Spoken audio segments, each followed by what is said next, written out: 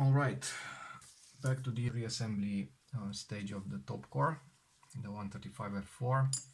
I've cleaned all the parts. I lapped the helicoids because after simply cleaning them, although I did thoroughly clean them, they would still run very rough. Not necessarily rough, but there were some tighter spots, especially around the infinity position, so it had a very nasty feel to it. So I decided to take it apart again, lap it as much as possible, or should I say as much as it's possibly done with this paste, which is a very fine paste, so it won't do miracles. I did research the problem a bit and the general consensus is that you should never use a diamond based compound for lapping helicoids. I think especially the aluminium ones, because the diamond particles will not break down and they will embed in the surface of the material, and that means that you will have literally a sandpaper. You will create a sandpaper out of these helicoids. But instead you can use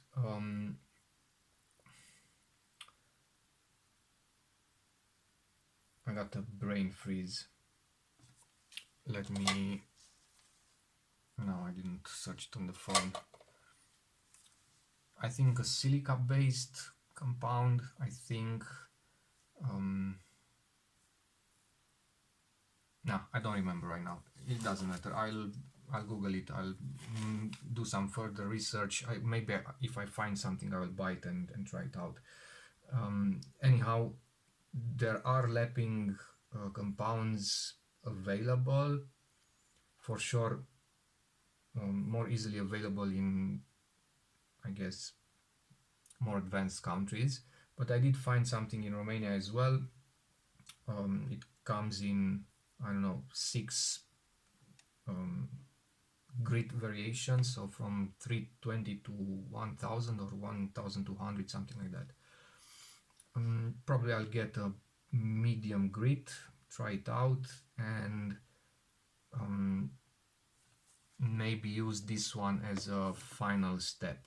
Maybe we'll see. Anyhow, I don't know right now how it feels after I will use the lubrication. For some reason, I don't know if it's this lens or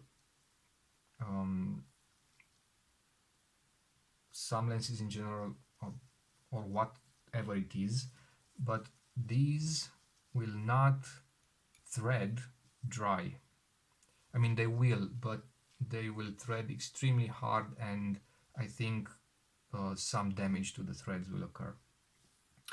Now, if you Google it on Google, obviously. Now, what I meant to say was that if you read some articles, you will hear that helicoids must run smoothly dry. So that's some kind of a proof of work, a proof of cleanness.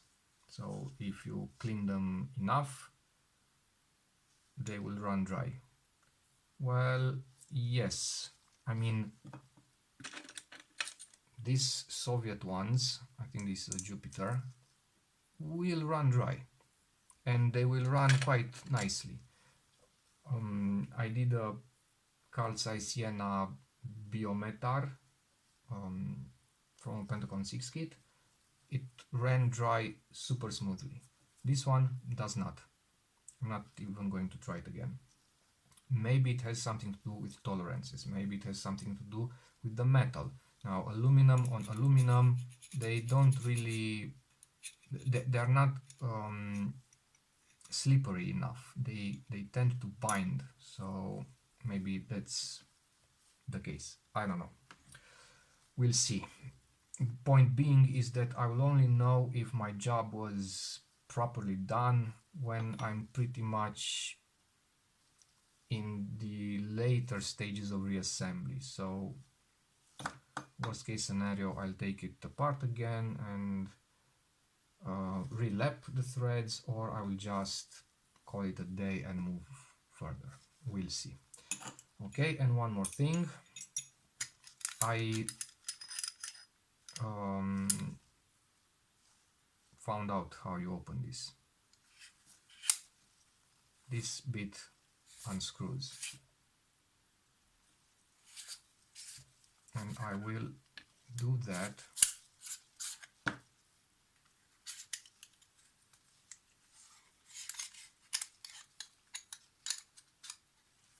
okay, so this is the actual barrel that will hold the front element, or the front group, and then you have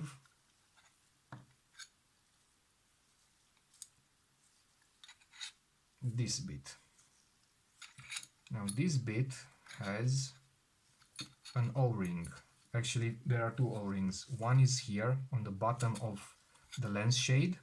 It has a groove. The O-ring is sitting in that groove. The other part, this is how it looks like, and the other part sits in this groove. That is part of the threaded part, I suppose. Now, to take it out, the only way I found was to simply force it out. Okay, the diameter is super tight. I mean, this diameter of this piece is just a bit bigger than the diameter of this one. So, or identical, I don't know. So you'll have to force them to get in or out. And apparently after, this one seems to have a little bit of damage, after taking them out and putting them back, I noticed that the lens shade was not dropping like it did before. So now it has some resistance to it, which is kind of nice. I mean, that was the whole point. Okay, so get it in, and then you need to keep these two parts, the ends of that gasket in place, and kind of slide it down in such a way that the gasket is still there. All right, then this one goes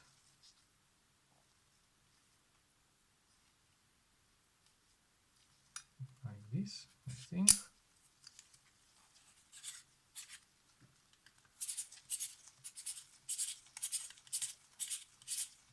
I suppose if it threads, that means it's in the correct position.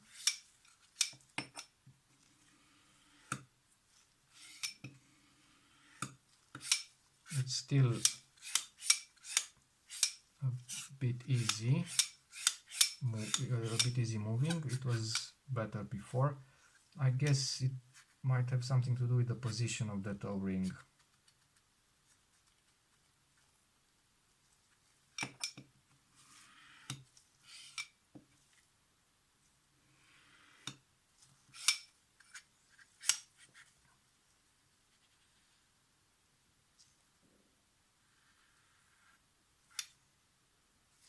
Well, it doesn't matter, I don't have another one, so there's nothing I can do about that. Okay, and then we had one of those two little screws.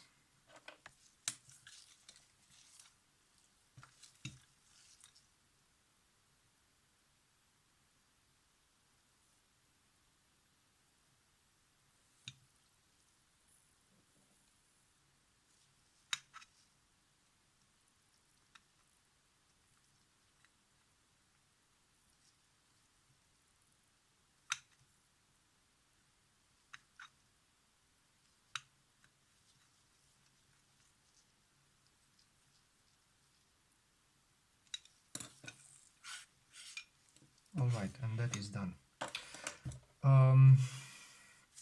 order of operations. Well, in order to get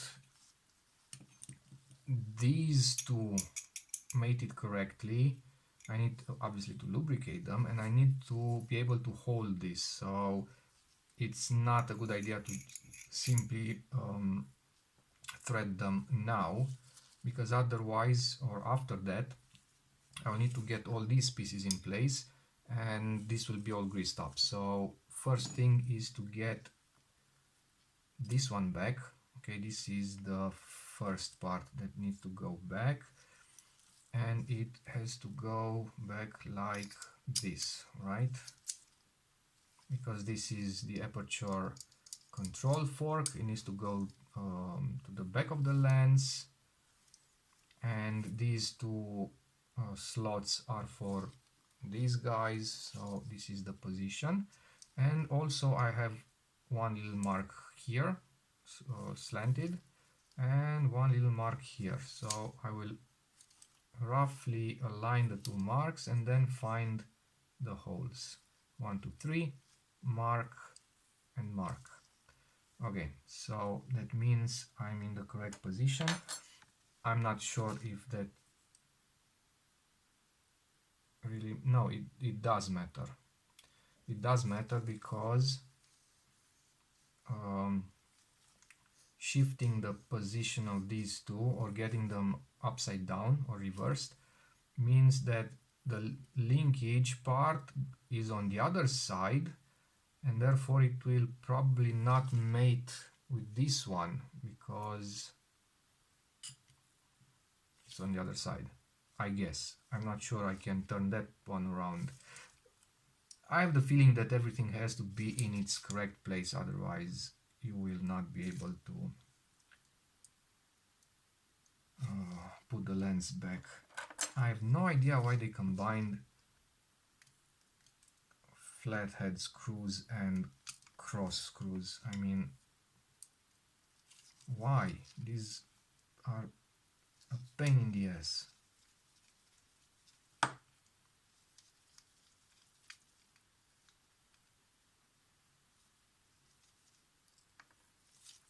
Don't I have the right screws?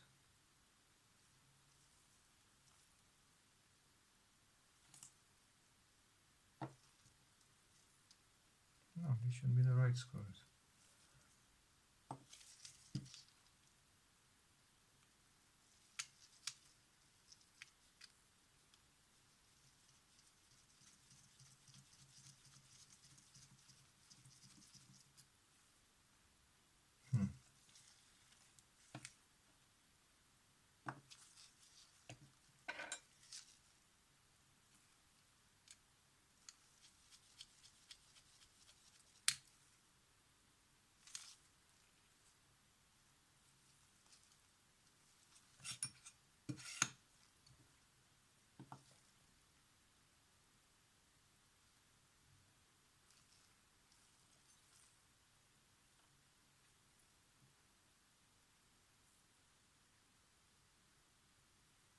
I don't get it. Let me try one more.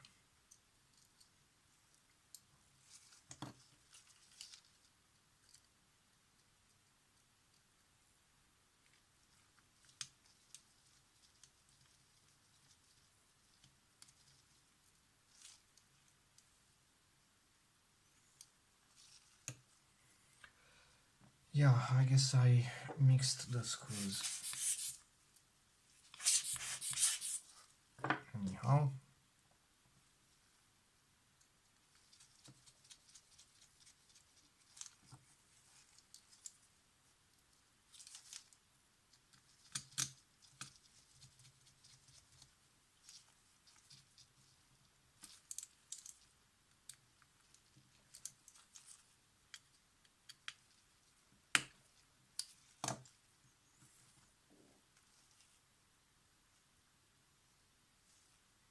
Okay, then this one is supposed to sit here. I have no registration marks for this one. I don't know if that matters or not. I will just find the position where all the three screws align, but No, I think it's okay. These were the screws. Okay. First of all, I will use my super high-tech compressed air system in a can, because that's all I have, to blow any kind of debris on the surface of the lens that goes towards the aperture, because afterwards it will be a bit more tricky. And I will also check it with my Killed in Action Biotar, no, not the Biotar, Pancolar lens that I use as a loop.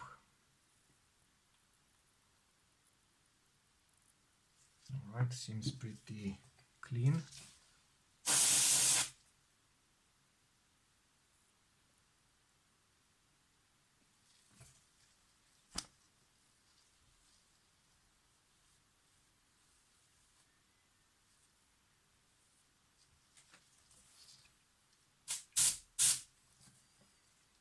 And I need to be careful because it's not only air inside the can, it's also some propellant, and it can leave a nasty foggish like film on the lens if I'm not careful. Alright, so this one goes here.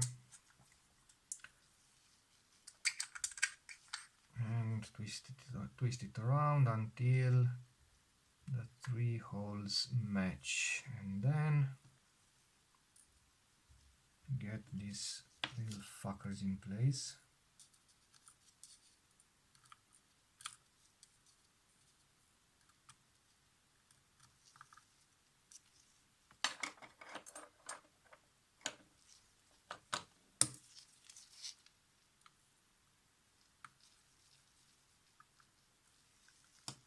Now for some reason these 3 screws are very soft.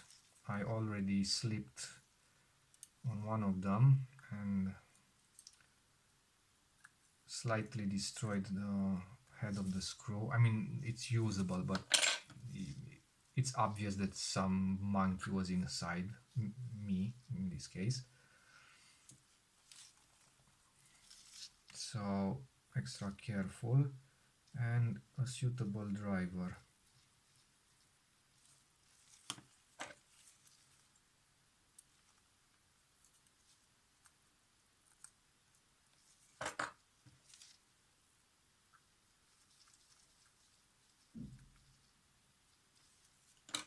Okay.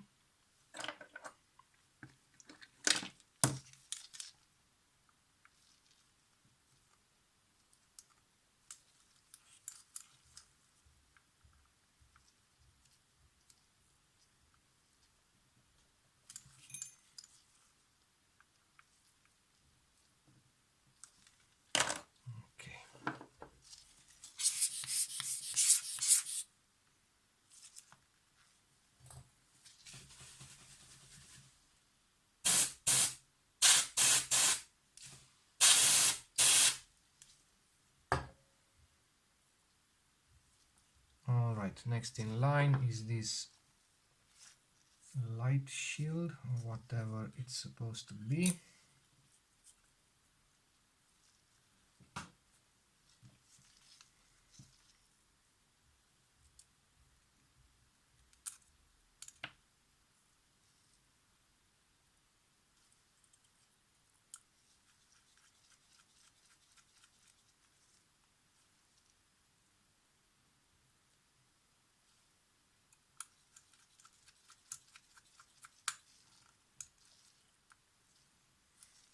Okay, and now I can screw this back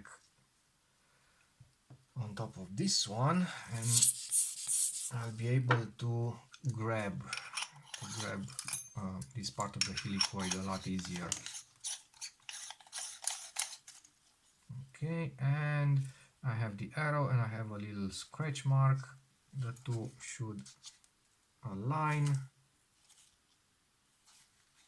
and then I can replace this little booger.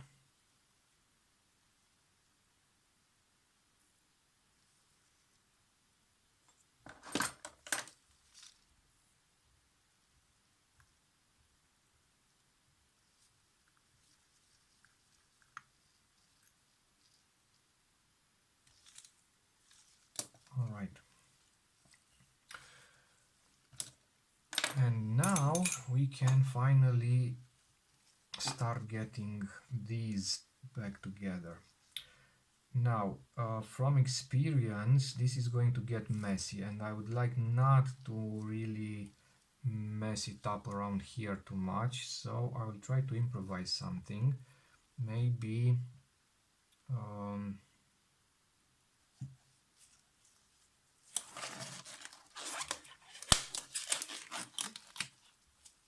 maybe something like this.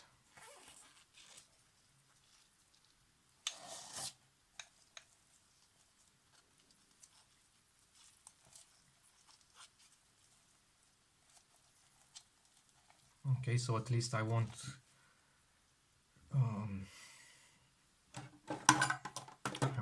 get my greasy hands everywhere.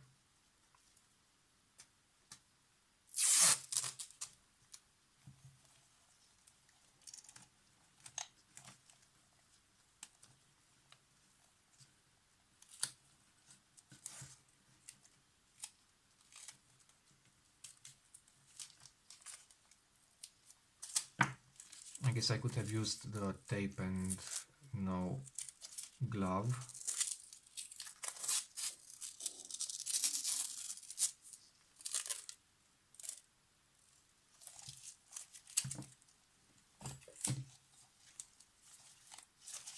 All right, nice.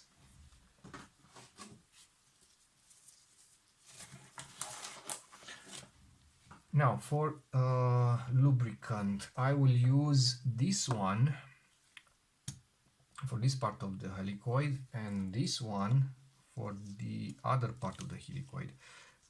This one, having a finer pitch, will require lighter lubricant.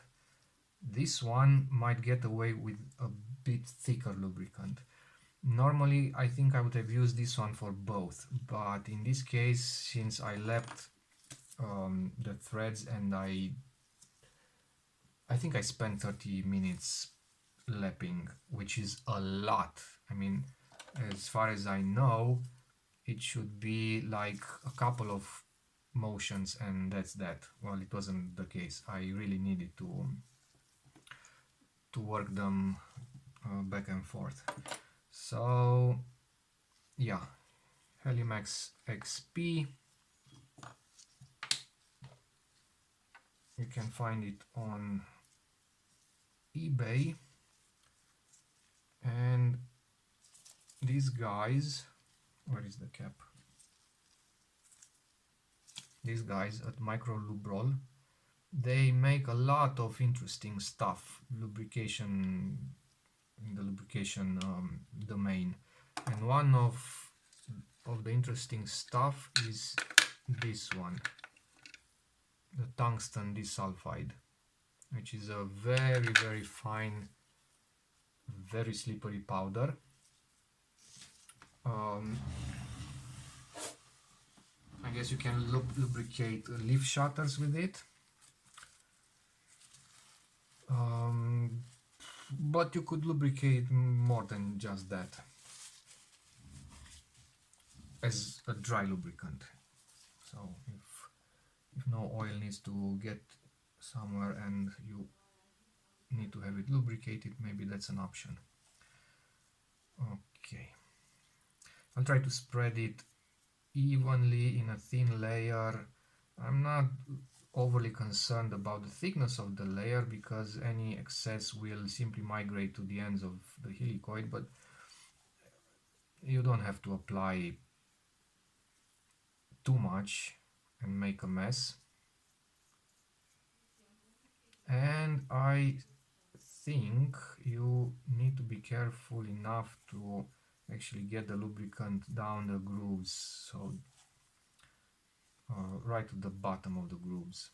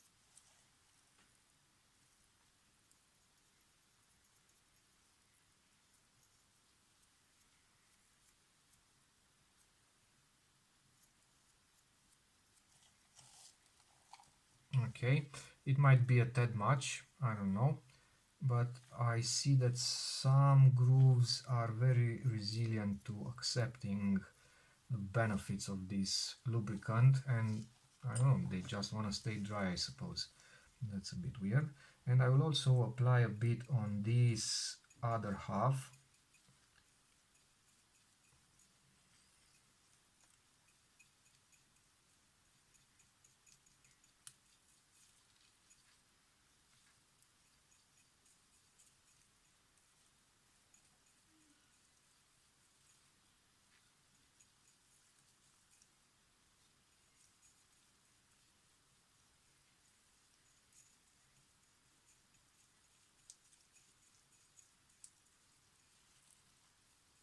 Okay, and now work the two halves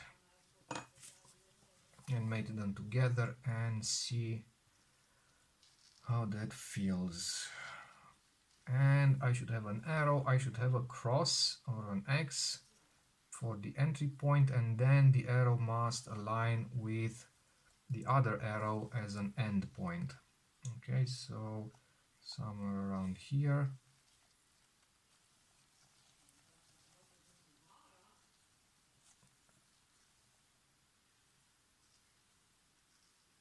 Pretty decent.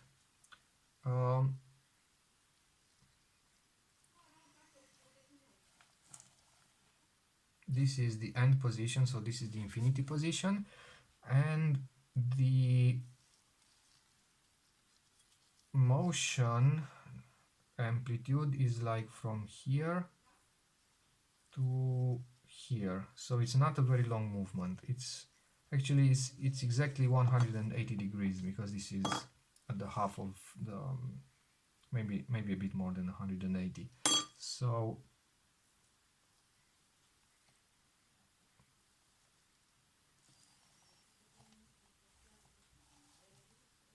that's quite a lot.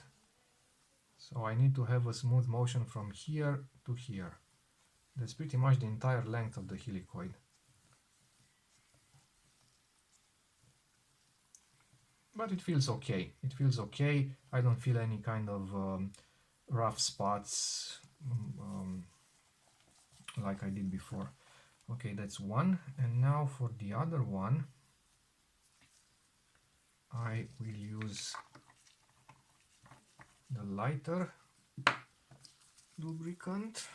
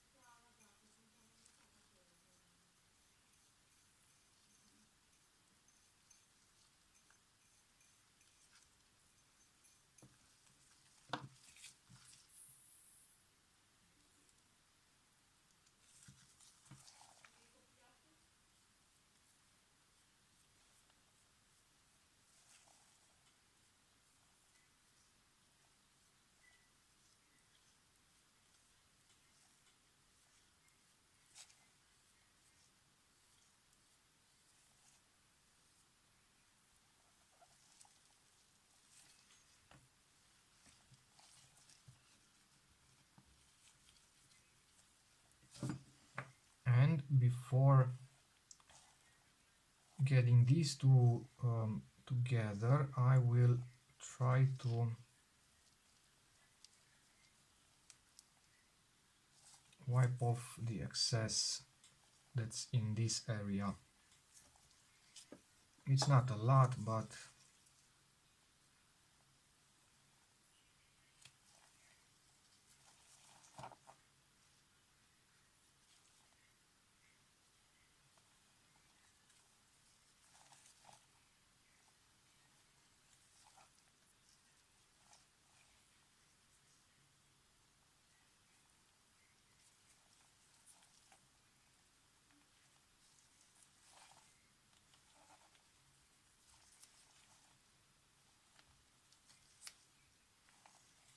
okay. Now take these back to the arrows keep them together, get the other one, and this one has no entry point.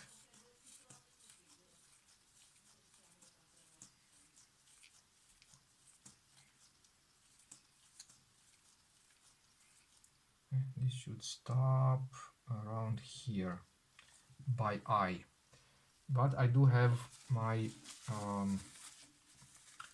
double check measurements, and those measurements say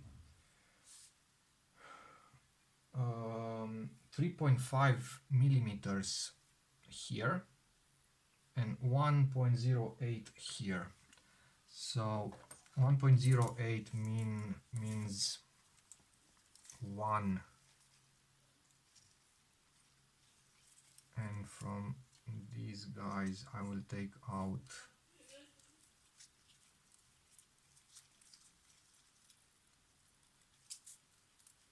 I don't know where the 0.03 is, so then I will use let's say 2 and 5, so that's 1.07. It should be fairly close. I mean, there's no gap, so it's okay. And for the other one,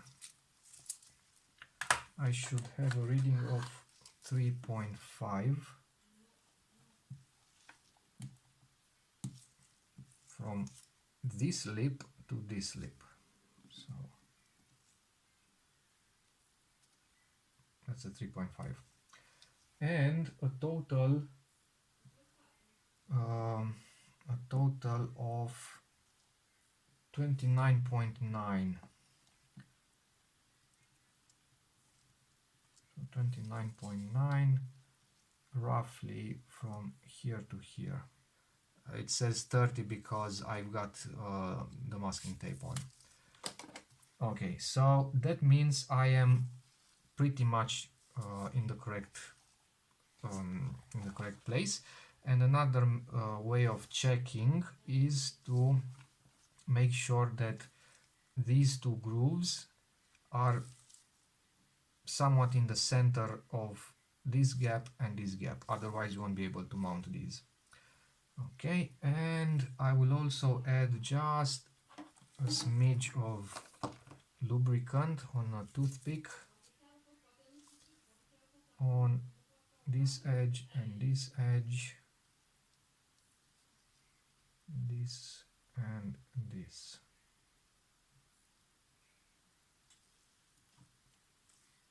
All right.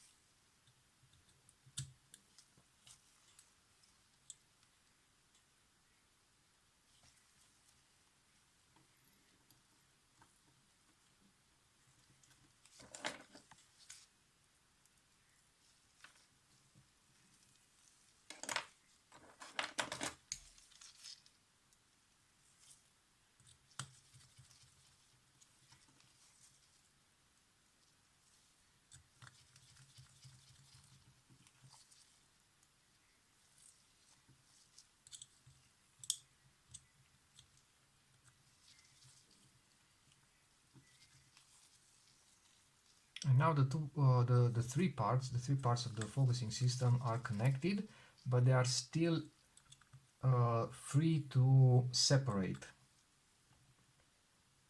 Oh, and by the way, I forgot this. Oh, god damn. All right, let's backtrace.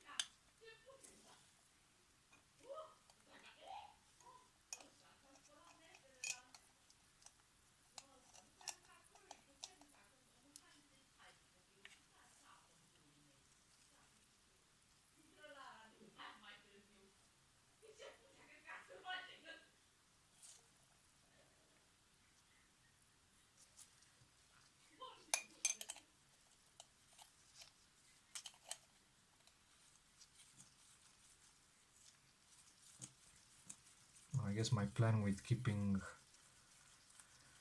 that part of the lens clean kind of went down the drain.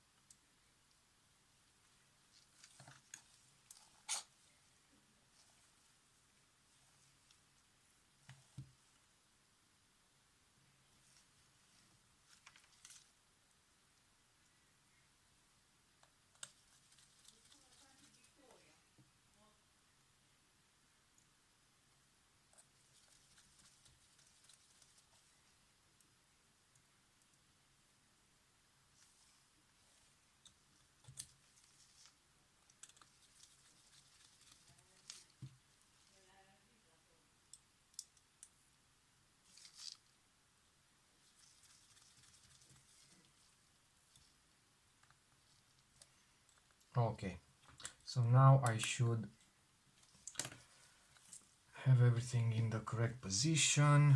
I can wipe this barrel a bit, and I should also um,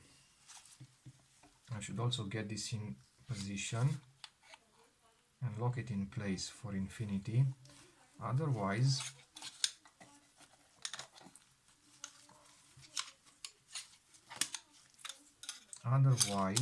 I can turn it by mistake and get the two halves or the three pieces of the helicoid out of position.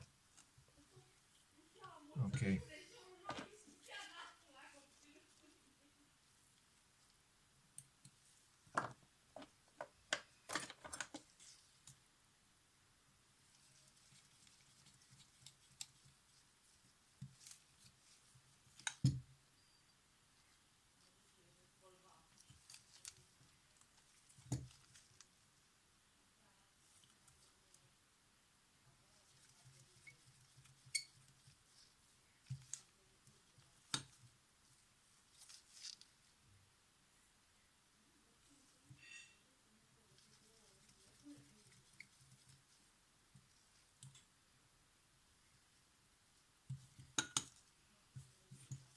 Okay, I'm not going to tighten them too much because I will have to check the infinity and adjust for infinity. So the adjustment, you simply take out the screws, get this ring out of place, and then turn that middle ring until you have the infinity focus correctly set, and then you simply put this back, turn it until this cutout hits or stops against that screw, and tighten the 3 screws. That's it, if I got it correctly.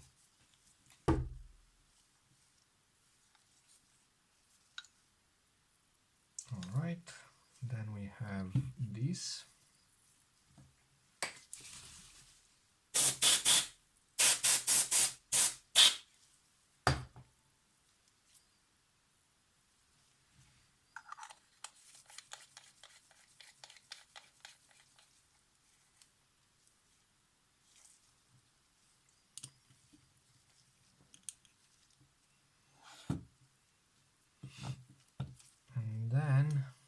this part that needs to slide.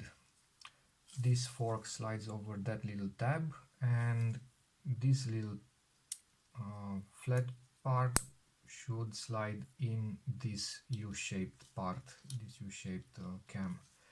So that means this one has to be a bit to the right of that one.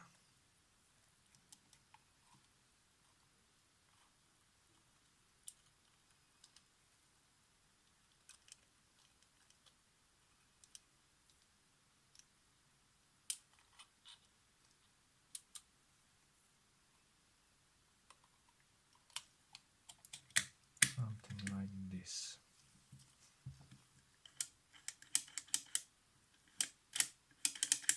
Okay.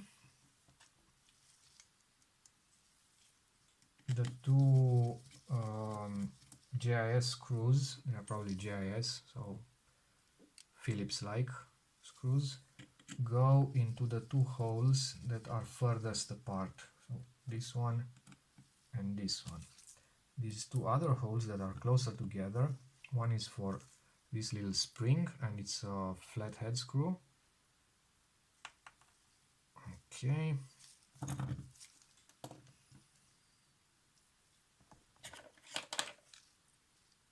And the other one is for the release latch of the lens. Now the release latch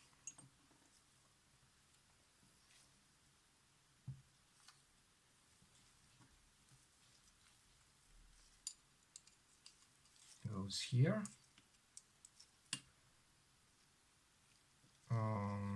No, goes, it does go there, but it does go on the other side, I mean upside down, and this entire thing needs to go over this part, while this part of the spring has to rest against the little notch or rivet on this cam. So it's slightly trickier to put back.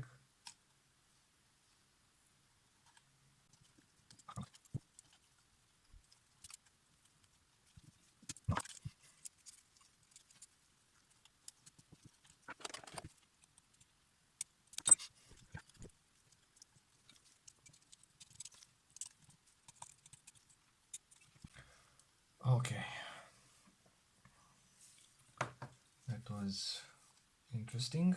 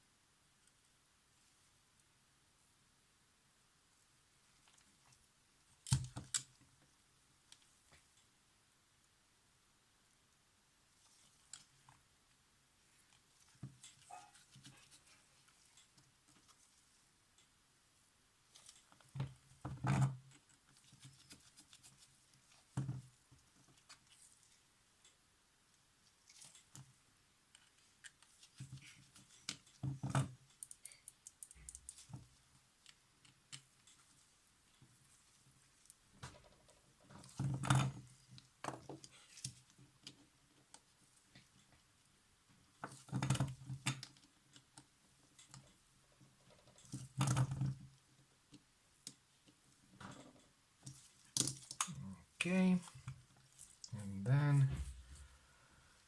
we have the front element of the lens.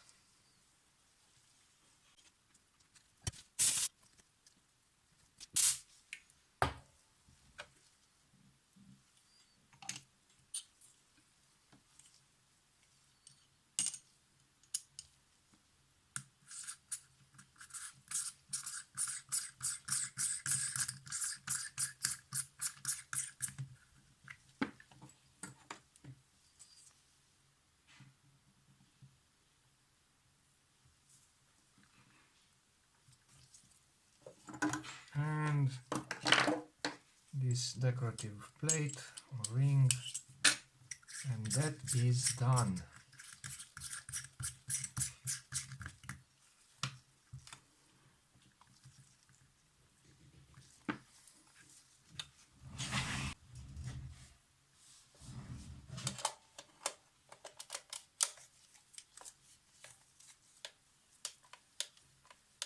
Okay, it's nice, it's okay. Could have been maybe a bit better, but overall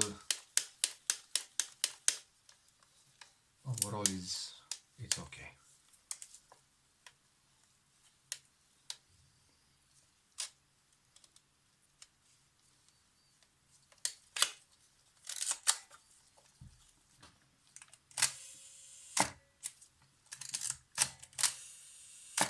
Alright, lens closes down.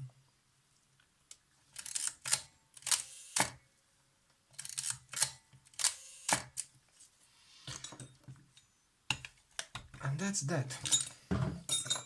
As far as I know, or better said, as far as I can tell, all, maybe except the 50 or 53 millimeter lens, so all lenses from the UV series are built in a similar fashion.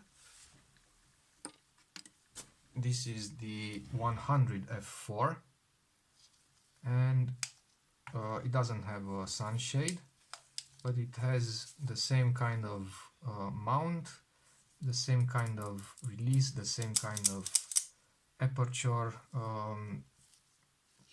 mechanism. The rear element apparently is kept in place by this ring.